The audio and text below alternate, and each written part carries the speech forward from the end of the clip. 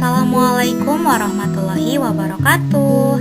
Perkenalkan, nama saya Najwa Rizkia Putri dengan NIM 2007013, kelas B1 2020, Prodi PG PAUD.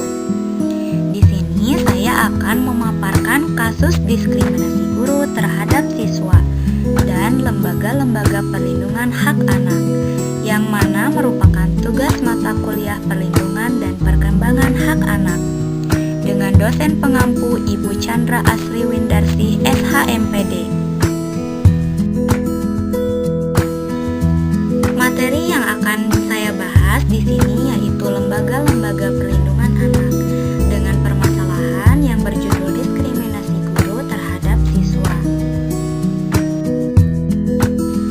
Nah, teman-teman, di sini bisa dilihat topik yang akan dibahas yaitu 1. Hakikat anak, 2. Hak anak dan perlindungan anak, 3. Pengertian diskriminasi, 4. Kewajiban guru, 5. Lembaga perlindungan anak di Indonesia, 6. Studi kasus, dan yang terakhir yang keenam ada daftar pustaka. Oke, mari kita langsung saja ke pembahasan.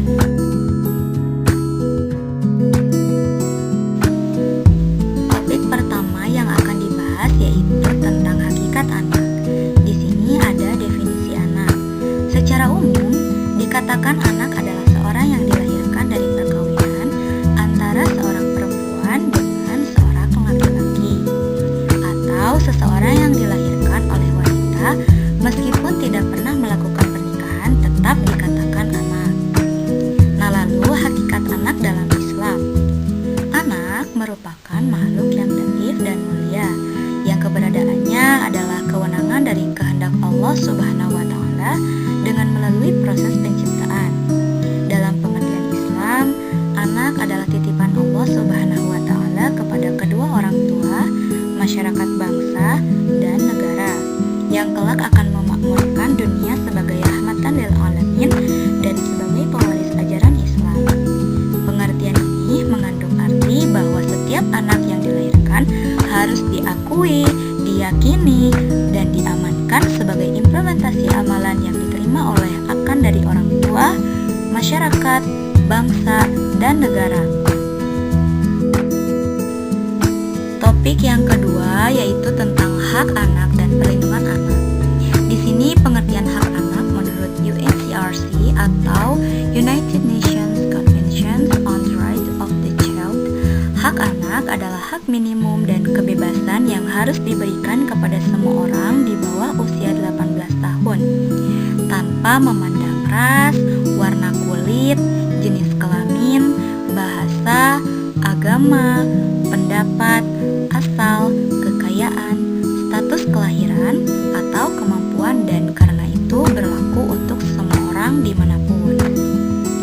Lalu, adapun pengertian perlindungan anak adalah segala bentuk kegiatan untuk menjamin dan melindungi anak dan hak-haknya agar dapat hidup, tumbuh dan berkembang, dan berpartisipasi secara optimal sesuai dengan harkat dan martabat kemanusiaan, serta mendapat perlindungan dari kekerasan dan diskriminasi. Terdapat beberapa undang-undang yang membahas atau mengatur tentang hak anak dan perlindungan anak.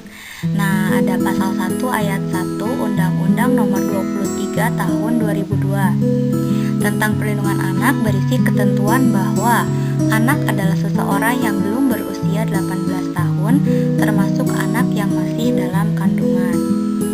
Lalu menurut Undang-Undang Nomor 23 Tahun 2002, perlindungan anak berisi ketentuan bahwa hak anak adalah bagian dari hak asasi manusia yang wajib dijamin, dilindungi, dan dipenuhi oleh orang tua, keluarga, masyarakat, pemerintah, dan negara. Apa itu diskriminasi?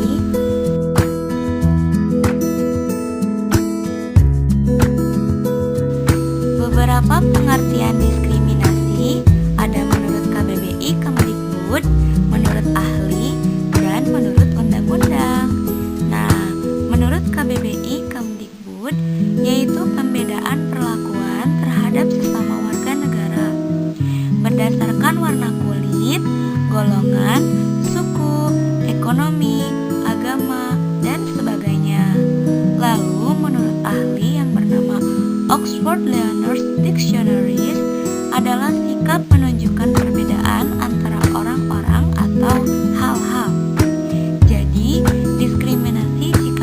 Oxford dapat menjadi sikap yang netral ataupun buruk, tergantung pada perilaku diskriminasinya seperti apa. Pengertian diskriminasi menurut Undang-Undang dalam Pasal 1 Ayat 3 Nomor 39 Tahun 1999 tentang hak asasi manusia dinyatakan bahwa diskriminasi adalah setiap pembatasan, pelecehan, atau pengecualian yang langsung maupun tidak langsung didasarkan pada pembedaan manusia atas dasar agama, suku, ras, etnik, kelompok, golongan, status sosial, status ekonomi, jenis kelamin, bahasa, keyakinan politik yang berakibat pengurangan, penyimpangan atau penghapusan, pengakuan, pelaksanaan atau penggunaan hak asasi manusia, dan kebebasan dasar dalam kehidupan baik individual maupun kolektif dalam bidang politik, ekonomi, hukum, sosial, budaya, dan aspek kehidupan lainnya. Setelah mengetahui pengertian diskriminasi, di sini ada kewajiban guru.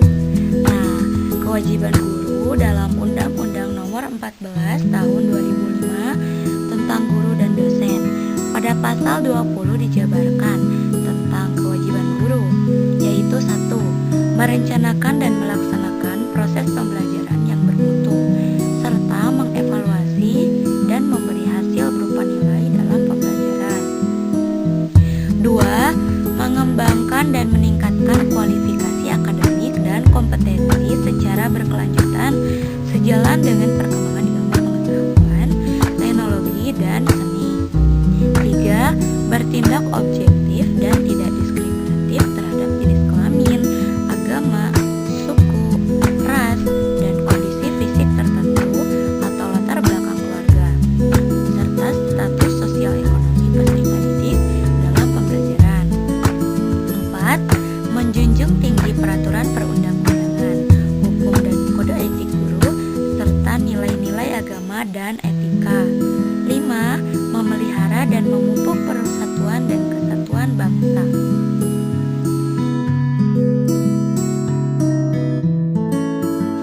Oke teman-teman, setelah tadi kita bahas tentang pengertian diskriminasi, juga kewajiban guru. Nah, sekarang kita lanjut ke materi lembaga perlindungan anak di Indonesia. Ada beberapa lembaga ya. 1. Ada Kepolisian Negara Republik Indonesia. 2. Komnas Perlindungan Anak. 3. Komisi Perlindungan Anak Indonesia. 4. Lembaga Perlindungan Anak Indonesia. 5. Komnas Anti Kekerasan Terhadap Perempuan. 6. Komisi Orang Hilang dan Korban Tindak Kekerasan. 7. Yayasan Lembaga Bantuan Hukum Indonesia.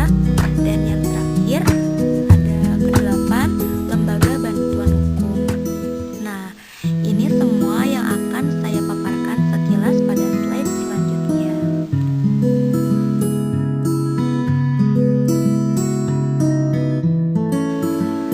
Yang pertama ada Kepolisian Negara Republik Indonesia. Nah, di sini teman-teman bisa lihat sendiri ya tentang tugas dan wewenang Polri diatur melalui Undang-Undang Nomor 2 Tahun 2002 Pasal 13, lalu juga berdasarkan Pasal 14 Undang-Undang Nomor 2 Tahun 2002.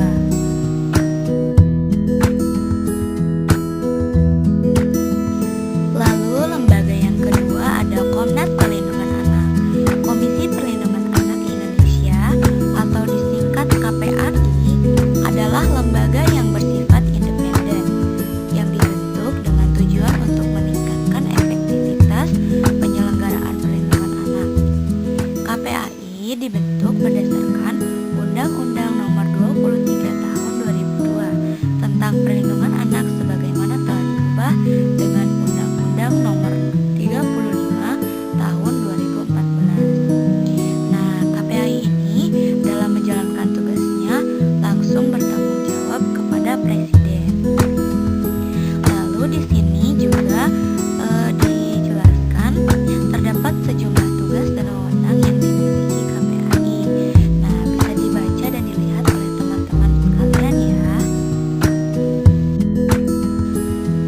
Untuk yang ketiga yaitu Komisi Perlindungan Anak Indonesia, dan keempat Lembaga Perlindungan Anak Indonesia. Ini sudah dijelaskan pada poin sebelumnya ya teman-teman, yaitu tentang Komisi Perlindungan Anak atau Komnas Perlindungan Anak. Lembaga yang kelima yaitu Komnas Anti Kekerasan Terhadap Perempuan. Ada 5 tugas dalam lembaga ini menurut pasal 4 Perpres nomor 65 tahun 2005 tentang Komisi Nasional Anti Kekerasan Terhadap Perempuan. Nah, tugas-tugasnya bisa dilihat dan dibaca pada layar ya teman-teman. Lembaga keenam yaitu Komisi Orang Hilang dan Korban Tindak Kekerasan.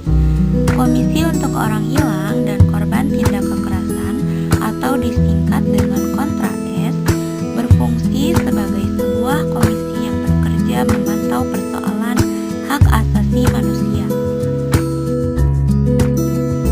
Lembaga ketujuh Yayasan Lembaga Bantuan Hukum Indonesia yang disingkat dengan YLBHI, di mana lembaga ini didirikan pada tanggal 28 Oktober 1970 atas inisiatif Dr. Adnan Buyung Nasution.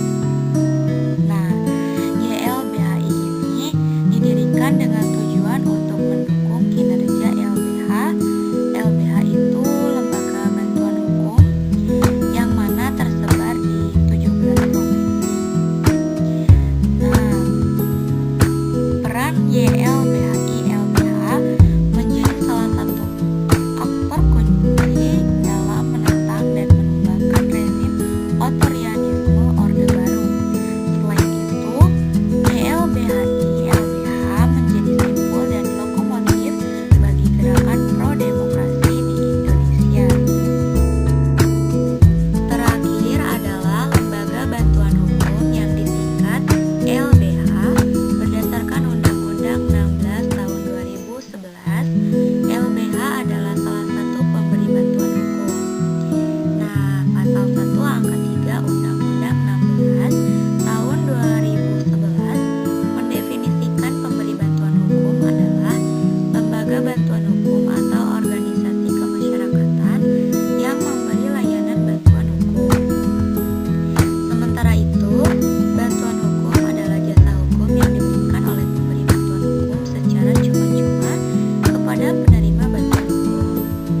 Adapun tugas lembaga bantuan hukum adalah sebagai berikut.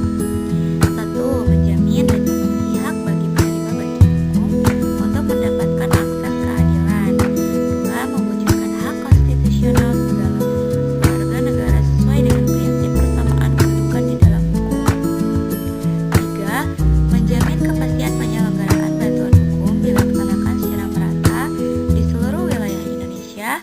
Dan yang keempat, mewujudkan peradilan yang efektif, efisien, dan dapat dipertanggungjawabkan. Studi kasus diskriminasi guru terhadap siswa. Tidak jarang ditemui seorang guru yang memperlakukan siswanya secara berbeda hanya karena perbedaan keterampilan dan kecerdasan. Guru senantiasa membangga-banggakan murid pintar di kelas, namun membiarkan murid lainnya. Kemudian, guru juga sering menjadikan murid pintar untuk membandingkan dengan murid lain atau dengan murid yang kurang pintar, sehingga murid lain merasa cemburu, tidak percaya diri, tidak fokus belajar, dan sering berpikiran negatif. Hal ini bisa menyebabkan siswa stres dan akan menghambat talentanya. Di sini saya sertakan